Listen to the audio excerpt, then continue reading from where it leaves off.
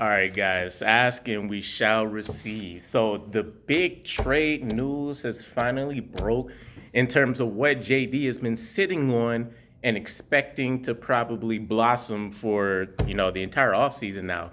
So we're looking at seriously considering trading for wide receiver Tyreek Hill. Obviously, a number one, elite speed, elite agility, ball moves, playmaking ability, out in the atmosphere somewhere.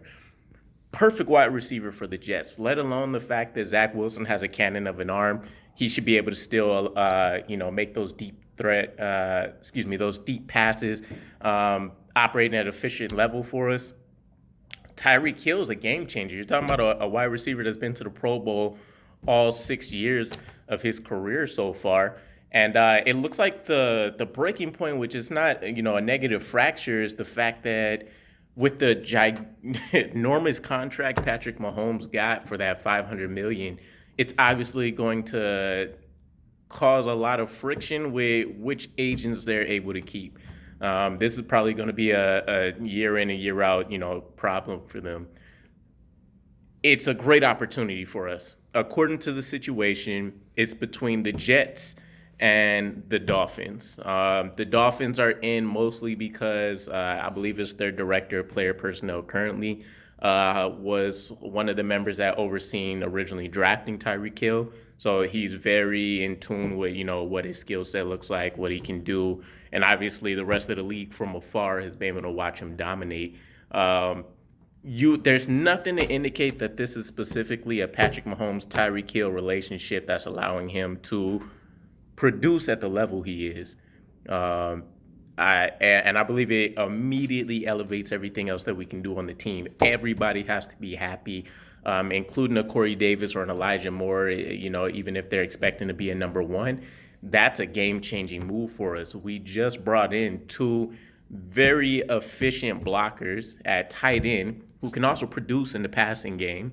We still have Corey Davis, and they're actually Zach Wilson and Corey Davis getting some practice in together currently in the offseason. We have Elijah Moore. He produced on the scale of a number one wide receiver towards the end of last season. Every major metric that you can think of, he was at least top 5 to top 8 in, I believe. And then we bring back Braxton Berrios with the chemistry. Denzel Mims hopefully can grow and learn from him. If nothing else, that definitely means that he becomes a little bit more expendable.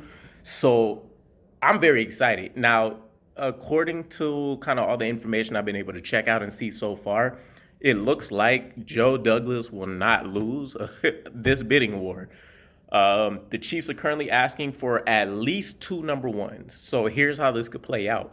We can sacrifice the 2023 round one and offer offer the Chiefs their number 4 or number 10 pick. And then we'll see what some of the additional additions are. Maybe we throw a player or two in there. So, maybe the upside of a Denzel Mims that they can tap into that we wouldn't have been will kind of help, boost things up. But regardless of what it is, at least 2 round ones. And you have to consider that it's worth it. I don't know if there's going to be another wide receiver that we come across where we can legitimately say that we absolutely have to grab him, right? Everybody was hype about Robert Woods. Everybody wanted Allen Robinson the second. There's going to be names and names of free agents, Mike Williams, before people start getting tagged, etc. So I'm, for one, very excited to hear that this is happening. Do I want to kind of mortgage the entire future for Tyreek Hill? No. But I think it's a legitimate move. So if it's really only going to cost us 2 ones, especially with the capital we have, it's very well worth it. So we'll see. I'm definitely going to stay in tune and give you guys any of the updates that I can whenever possible.